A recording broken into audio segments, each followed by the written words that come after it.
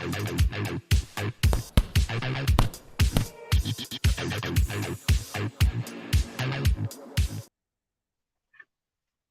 to our boxing fans around the world. Thank you for joining me once again here on Talk and Fight after an excellent weekend of boxing and some news to report on today. We're going to have a good show. Thanks for joining me on Boxing News today. I'm going to start off with a little bit of news courtesy of an upcoming fight regarding Canelo Alvarez and Dmitry Bivol, a little bit of a prediction from our friends at boxing247.com.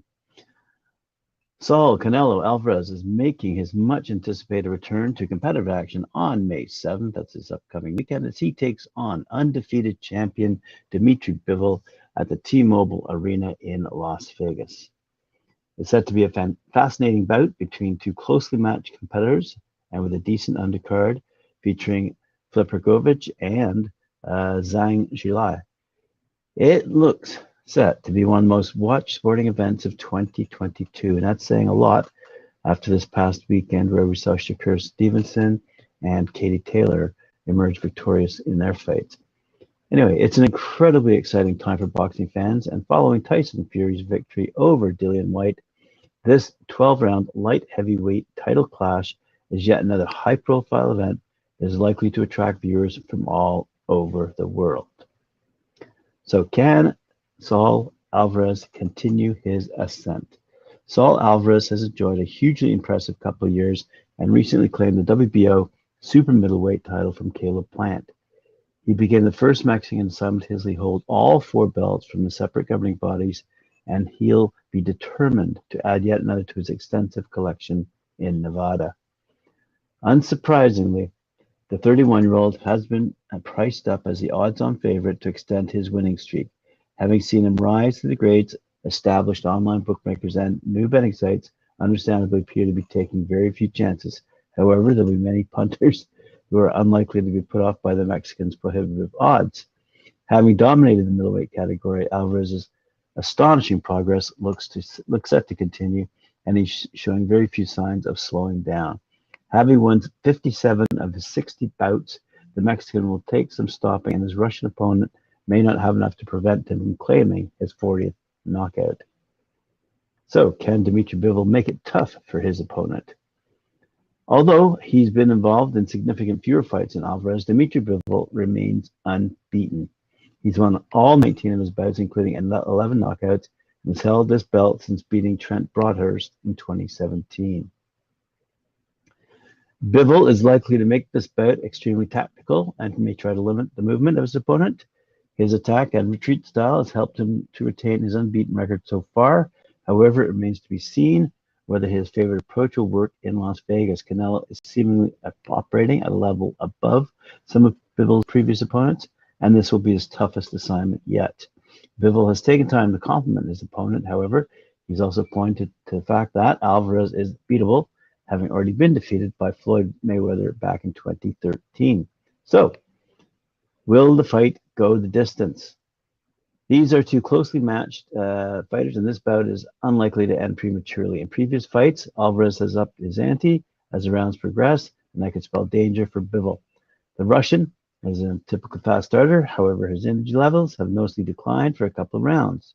Pound for pound, Alvarez is the best active boxer in the world, and he's going to take some stopping. He continually talks about his legacy and has a determination to succeed and continue to climb the weight divisions. With that in mind, he is likely to edge this. Bivol is likely to make it tough for the progressive Mexican. However, the unstoppable Alvarez looks set to justify his extremely short odds.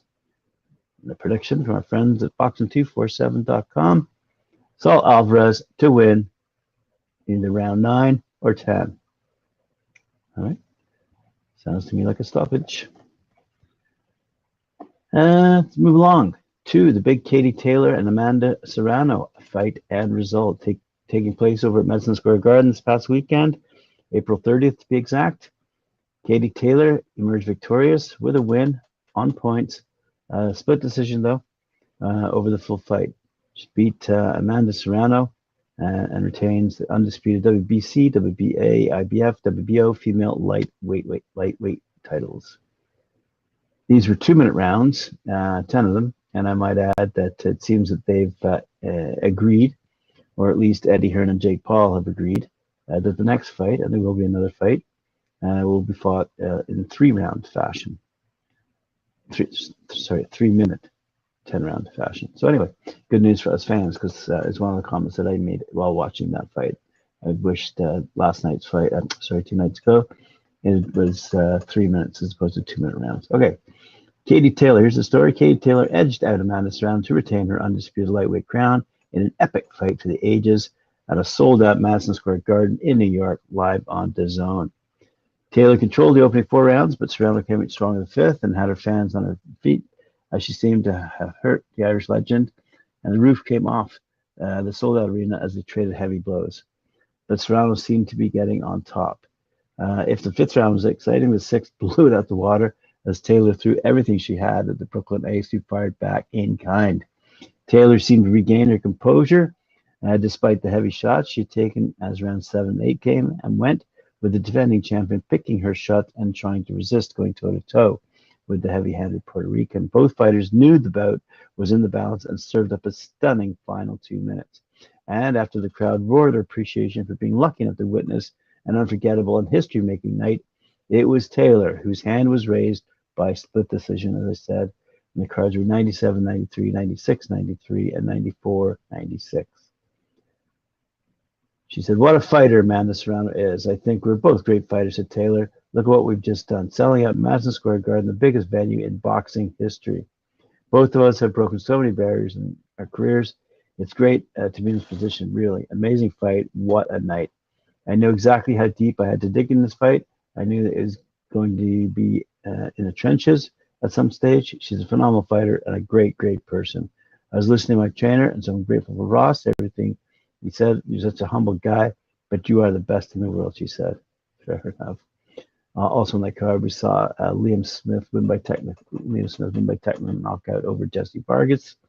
That was a 12-round or 3 minutes, but Liam Smith was the better man in that particular fight.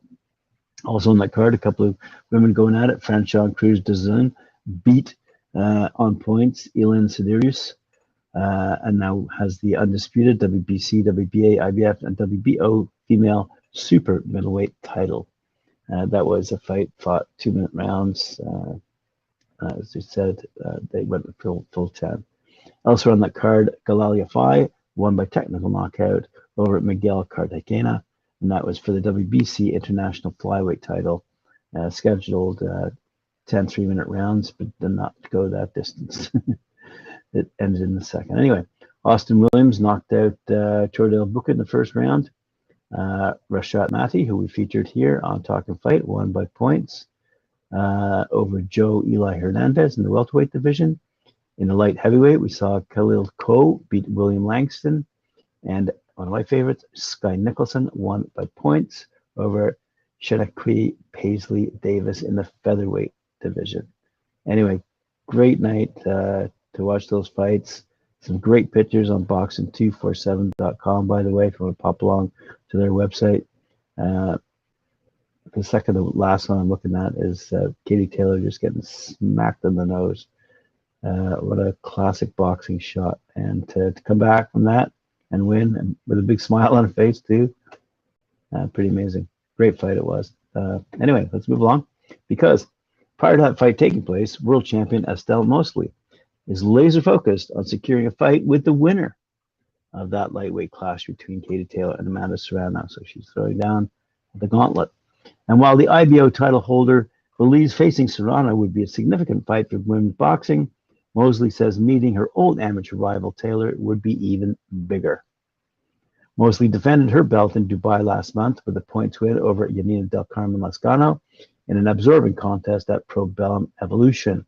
The 2016 Olympic champ, who defeated Taylor in their final contest as amateurs, is resting up as she plans her next move, but will make sure to watch the action, as I'm sure she did, at Madison Square Gardens on Saturday night as Taylor and Serrano met for those titles I mentioned earlier. I'll be watching the Taylor versus Serrano fight very closely this weekend, she said, because I want to fight the winner, said Mosley, who is 10-0 as a professional.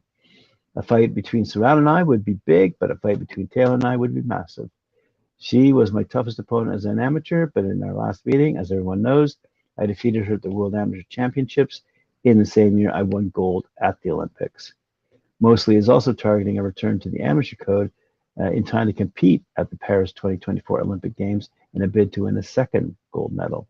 But first, the 29-year-old wants to reach the very top of the pro ranks, which includes beating Katie Taylor.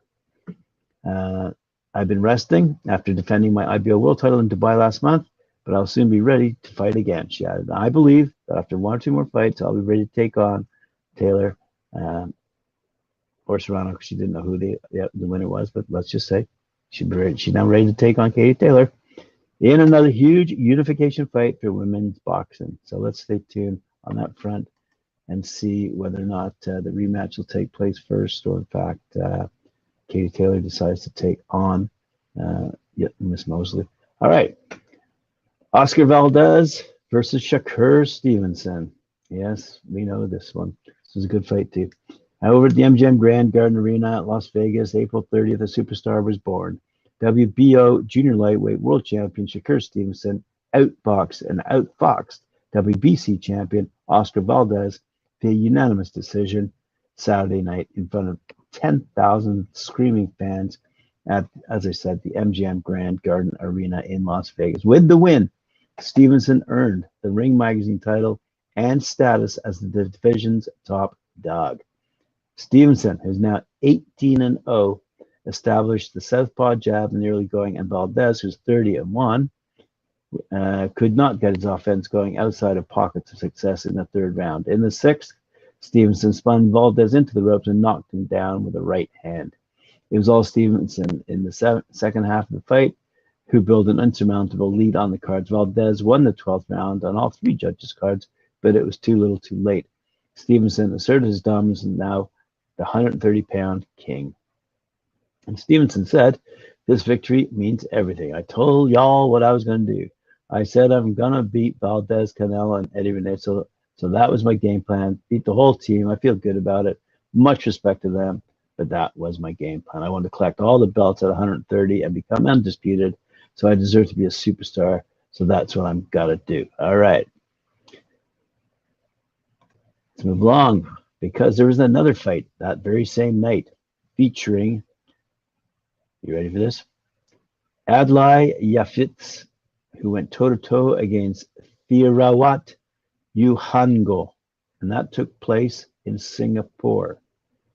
After numerous postponements of this opportunity, Aladin Yaphitz is finally the new Universal Boxing Organization, as UBO, World Middleweight Champion.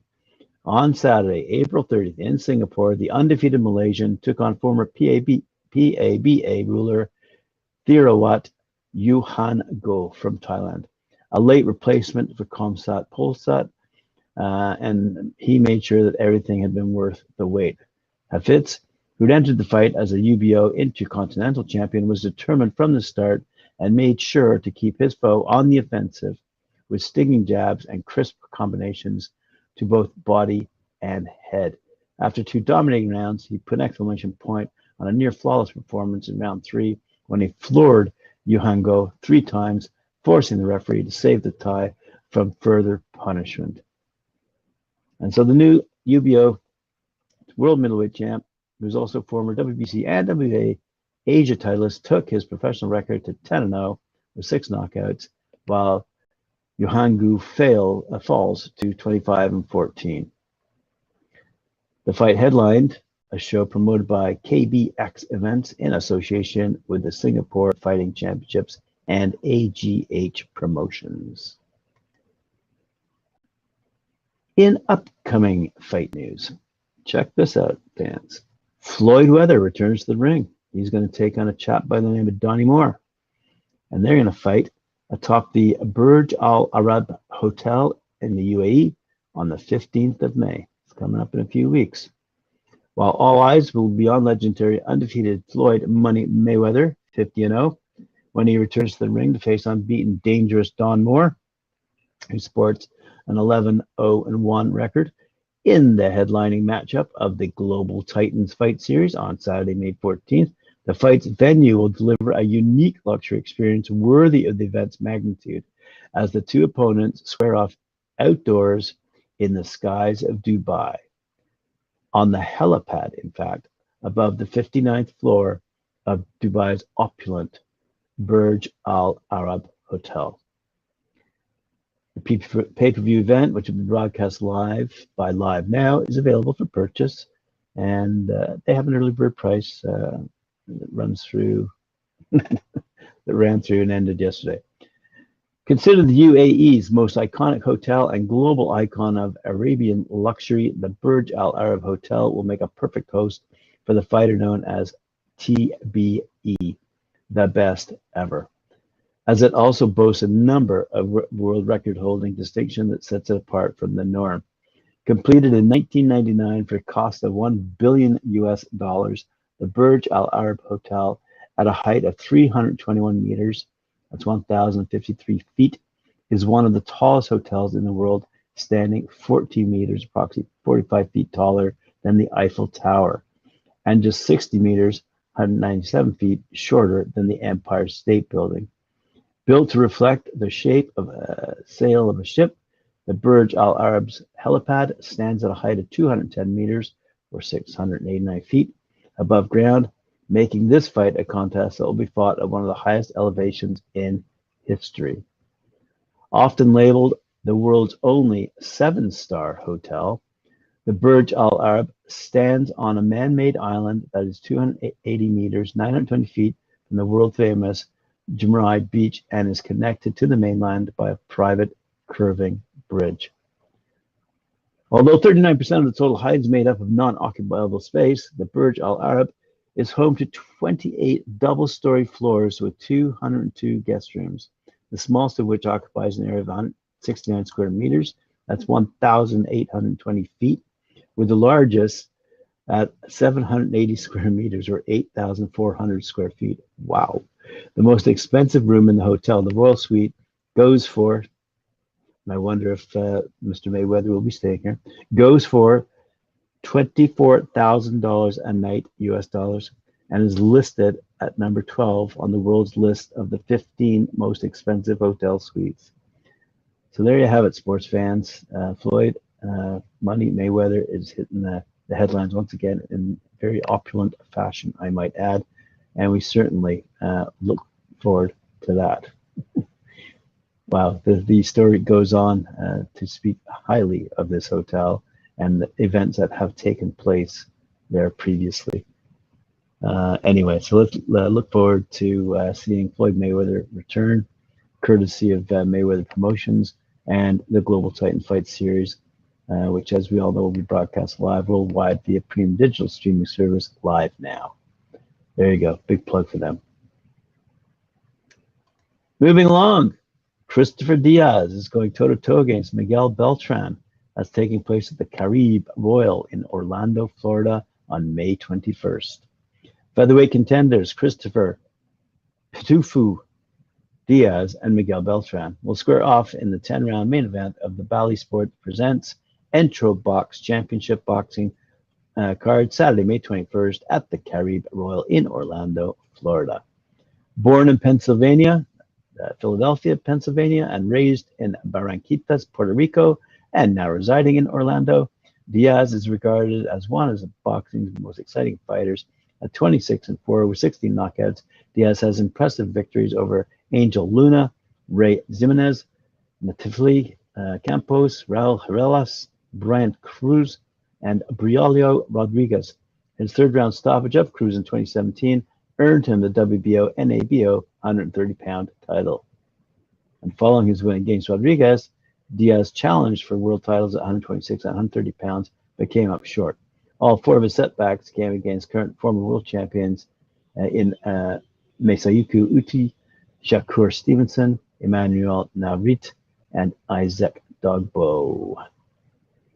Fighting out of Los Michos, Sinaloa, Mexico, Beltran's 34-8 record with 23 wins by knockout.